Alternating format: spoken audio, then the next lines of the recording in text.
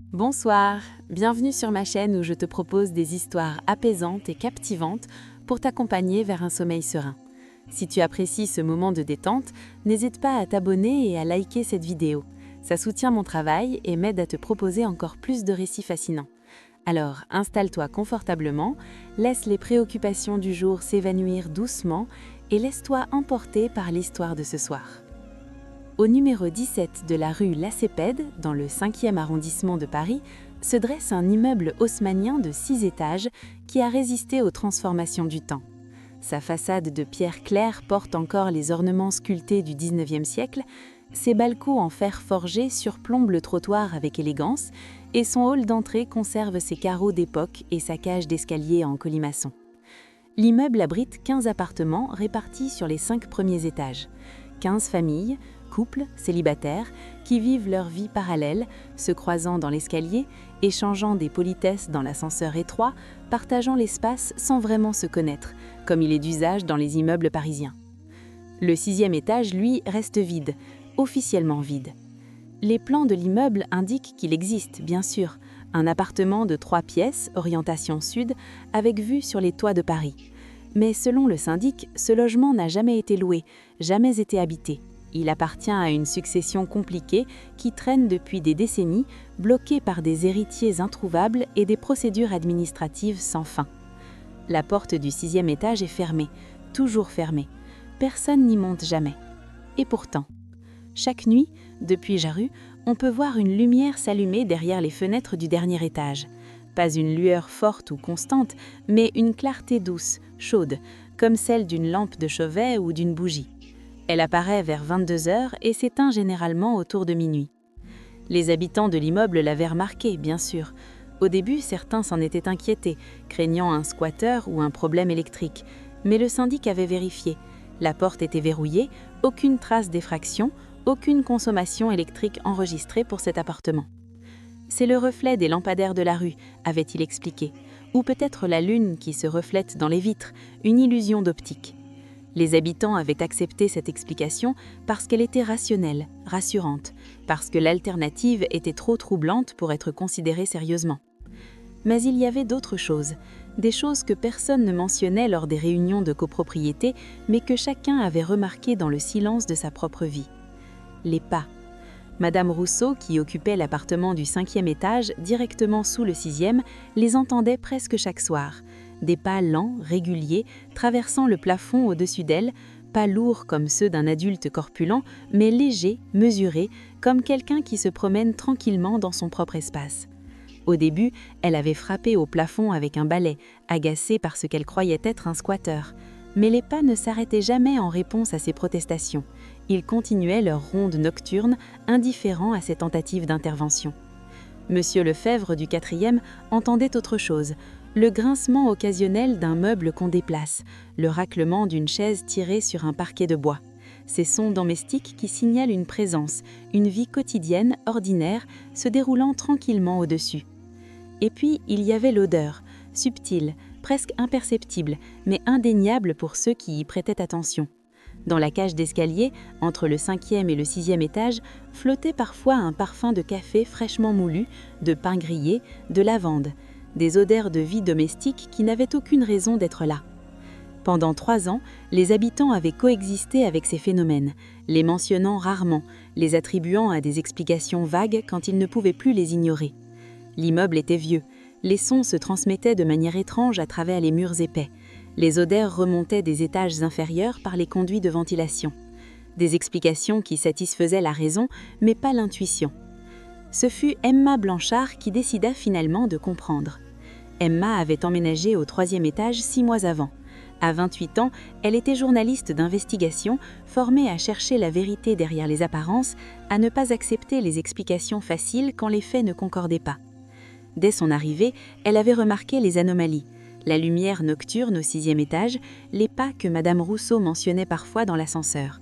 Cette sensation étrange en montant l'escalier tard le soir qu'il y avait une vie au-dessus d'eux, discrète mais réelle. Emma commença par des recherches méthodiques. Elle consulta les archives de la copropriété, les registres municipaux, les plans cadastraux. Le 6e étage existait bel et bien. construit en même temps que le reste de l'immeuble en 1882. Il avait été habité jusqu'en 1968, à laquelle le dernier locataire, un certain monsieur Julien Mercier, était décédé. Depuis, rien. Aucun nouveau bail, aucun occupant enregistré.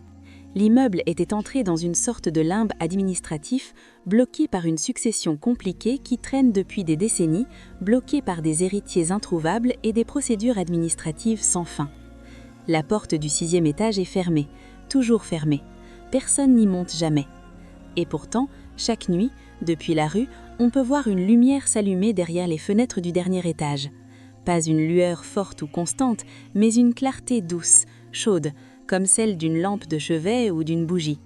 Elle apparaît vers 22 heures et s'éteint généralement autour de minuit. Les habitants de l'immeuble l'avaient remarqué, bien sûr. Au début, certains s'en étaient inquiétés, craignant un squatteur ou un problème électrique, mais le syndic avait vérifié. La porte était verrouillée, aucune trace d'effraction, aucune consommation électrique enregistrée pour cet appartement. C'est le reflet des lampadaires de la rue, avait-il expliqué, ou peut-être la lune qui se reflète dans les vitres, une illusion d'optique. Les habitants avaient accepté cette explication parce qu'elle était rationnelle, rassurante, parce que l'alternative était trop troublante pour être considérée sérieusement. Mais il y avait d'autres choses, des choses que personne ne mentionnait lors des réunions de copropriété, mais que chacun avait remarquées dans le silence de sa propre vie. Les pas. Madame Rousseau, qui occupait l'appartement du 5e étage, directement sous le 6e, les entendait presque chaque soir. Des pas lents, réguliers, traversant le plafond au-dessus d'elle, pas lourds comme ceux d'un adulte corpulent, mais légers, mesurés, comme quelqu'un qui se promène tranquillement dans son propre espace. Au début, elle avait frappé au plafond avec un balai, agacée par ce qu'elle croyait être un squatteur. Mais les pas ne s'arrêtaient jamais en réponse à ses protestations. Ils continuaient leur ronde nocturne, indifférents à ces tentatives d'intervention. Monsieur Lefebvre du 4e entendait autre chose, le grincement occasionnel d'un meuble qu'on déplace, le raclement d'une chaise tirée sur un parquet de bois. Ces sons domestiques qui signalent une présence, une vie quotidienne, ordinaire, se déroulant tranquillement au-dessus. Et puis, il y avait l'odeur, subtile, presque imperceptible, mais indéniable pour ceux qui y prêtaient attention. Dans la cage d'escalier, entre le 5e et le 6e étage, flottait parfois un parfum de café fraîchement moulu, de pain grillé, de lavande, des odeurs de vie domestique qui n'avaient aucune raison d'être là. Pendant 3 ans, les habitants avaient coexisté avec ces phénomènes, les mentionnant rarement, les attribuant à des explications vagues quand ils ne pouvaient plus les ignorer. L'immeuble était vieux, les sons se transmettaient de manière étrange à travers les murs épais. Les odeurs remontaient des étages inférieurs par les conduits de ventilation. Des explications qui satisfaisaient la raison, mais pas l'intuition. Ce fut Emma Blanchard qui décida finalement de comprendre. Emma avait emménagé au 3e étage 6 mois avant. À 28 ans, elle était journaliste d'investigation, formée à chercher la vérité derrière les apparences, à ne pas accepter les explications faciles quand les faits ne concordaient pas. Dès son arrivée, elle avait remarqué les anomalies. La lumière nocturne au 6e étage, les pas que Madame Rousseau mentionnait parfois dans l'ascenseur.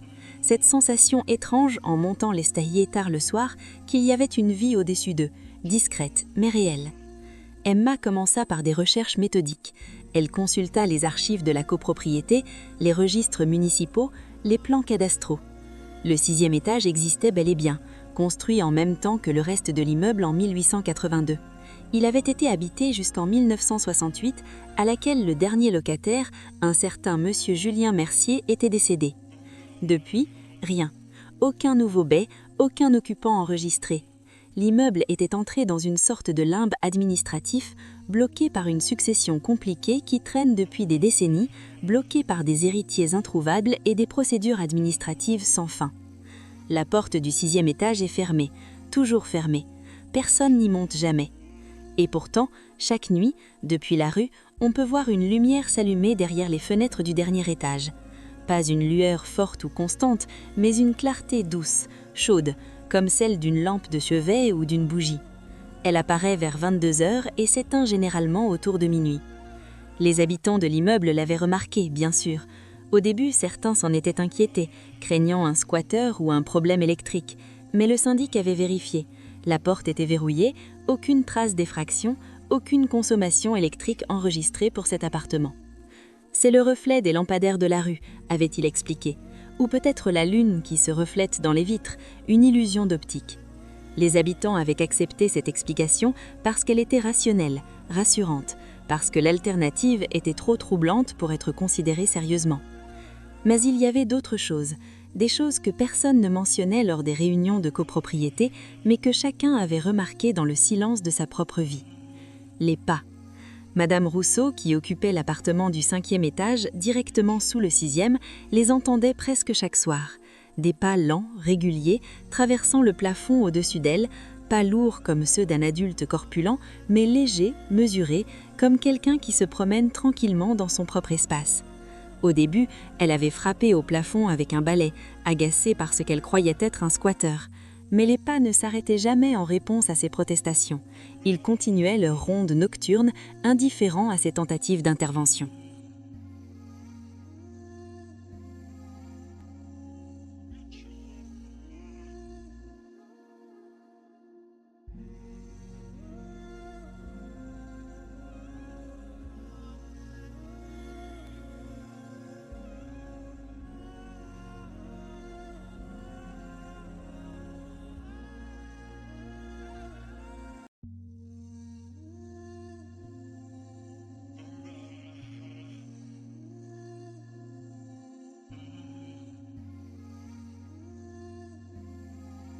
Emma retourna dans le salon et s'assit prudemment sur le canapé.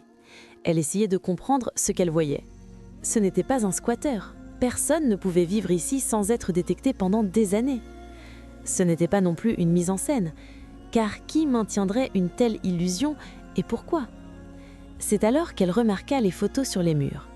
Elles montraient un homme, toujours le même, à différents âges. Jeune dans les années 40, d'âge mûr dans les années 60. C'était Julien Mercier. Elle le savait d'après les photos d'archives qu'elle avait consultées. Mais il y avait d'autres photos aussi, plus récentes, beaucoup plus récentes. Des photos de Paris moderne, de technologie contemporaine. Et dans certaines, on voyait des gens qu'Emma reconnaissait. Madame Rousseau, du 5e, Monsieur Lefebvre, du 4e, elle-même traversant le hall d'entrée. Comme si quelqu'un au 6e étage les observait, les photographiait, documentait leur vie à leur insu. Emma sentit un frisson la parcourir. Elle devait partir, maintenant. Mais une partie d'elle voulait comprendre, voulait savoir qui ou quoi habitait cet espace impossible. C'est alors qu'elle entendit la porte de l'appartement se refermer doucement. Elle se retourna brusquement. Personne, mais la porte était maintenant fermée, et Emma réalisa avec un sentiment de panique qu'elle était enfermée. Elle se précipita vers la porte et tourna la poignée, verrouillée. Elle chercha une clé, un verrou intérieur, mais il n'y en avait pas. La porte refusait simplement de s'ouvrir. « S'il vous plaît », dit-elle à voix haute, se sentant ridicule de parler à un appartement vide. « Laissez-moi sortir ». Aucune réponse, juste le tic-tac régulier d'une horloge ancienne sur la cheminée. Emma fit le tour de l'appartement, cherchant une autre sortie. Mais comme dans tout appartement parisien, il n'y avait qu'une seule porte. Les fenêtres, elle était au 6e étage. Impossible de sortir par là sans risquer sa vie. Elle retourna dans le salon et se força à respirer calmement. Paniquer ne l'aiderait pas, elle devait réfléchir. Sur la table basse, à côté de la tasse de thé maintenant refroidie, elle remarqua un carnet ouvert. Une écriture soignée, la même que celle sur le journal, remplissait les pages. Emma s'assit et commença à lire. 17 mars 2023. Madame Rousseau semble préoccupée ces derniers temps. Je l'entends pleurer parfois, tard le soir. Je voudrais l'aider, mais comment le pourrais-je depuis ici? 3 avril 2023. Le petit garçon du 2e a perdu son chat. Il a mis des affiches dans tout le quartier. Le chat est revenu ce matin. J'ai vu sa joie depuis la fenêtre. Ces petits moments de bonheur me rappellent pourquoi je reste. 15 mai 2023. Une nouvelle locataire au 3e. Emma Blanchard, journaliste, curieuse. Je sens qu'elle remarquera bientôt. Peut-être est-il temps. Emma sentit sa respiration s'accélérer. Qui écrivait cela? Qui l'observait depuis cet espace impossible? Elle continua à lire, remontant dans les pages du carnet. Des années d'observation quotidienne, de vie parallèle menée dans cet appartement qui n'existait officiellement pas. Des notes sur tous les habitants de l'immeuble, leurs joies, leurs peines, leurs routines. Et progressivement, à travers ces notes, une histoire émergea. Julien Mercier n'était pas mort en 1968, ou plutôt, il était mort au monde, mais pas à lui-même. Il avait choisi de se retirer, de vivre dans un espace intermédiaire, ni tout à fait présent, ni tout à fait absent. Un choix délibéré de continuer à exister sans participer au monde tangible. Pourquoi ? Les notes l'expliquaient par fragments. Une perte terrible, une femme aimée morte trop jeune. Une décision de ne plus s'engager dans la vie ordinaire, mais de rester à la marge, observant, veillant, existant dans un autre niveau de réalité. Emma leva les yeux du carnet. « Monsieur Mercier ?» appela-t-elle doucement. « Êtes-vous là ?» Le silence persista, mais il semblait maintenant chargé d'une présence attentive. « Je ne veux pas vous déranger, » dit-elle, se sentant ridicule de parler à un appartement vide. « Laissez-moi sortir. » Aucune réponse, juste le tic-tac régulier d'une horloge ancienne sur la cheminée. Emma fit le tour de l'appartement, cherchant une autre sortie. Mais comme dans tout appartement parisien, il n'y avait qu'une seule porte. Les fenêtres, elle était au 6e étage. Impossible de sortir par là sans risquer sa vie. Elle retourna dans le salon et se força à respirer calmement. Paniquer ne l'aiderait pas, elle devait réfléchir. Sur la table basse, à côté de la tasse de thé maintenant refroidie, elle remarqua un carnet ouvert. Une écriture soignée, la même que celle sur le journal, remplissait les pages. Emma s'assit et commença à lire. 17 mars 2023. Madame Rousseau semble préoccupée ces derniers temps. Je l'entends pleurer parfois, tard le soir. Je voudrais l'aider, mais comment le pourrais-je depuis ici ? 3 avril 2023. Le petit garçon du 2e a perdu son chat. Il a mis des affiches dans tout le quartier. Le chat est revenu ce matin. J'ai vu sa joie depuis la fenêtre. Ces petits moments de bonheur me rappellent pourquoi je reste. 15 mai 2023. Une nouvelle locataire au 3e. Emma Blanchard, journaliste, curieuse. Je sens qu'elle remarquera bientôt. Peut-être est-il temps. Emma sentit sa respiration s'accélérer. Qui écrivait cela ? Qui l'observait depuis cet espace impossible ? Elle continua à lire, remontant dans les pages du carnet. Des années d'observation quotidienne, de vie parallèle menée dans cet appartement qui n'existait officiellement pas. Des notes sur tous les habitants de l'immeuble, leurs joies, leurs peines, leurs routines.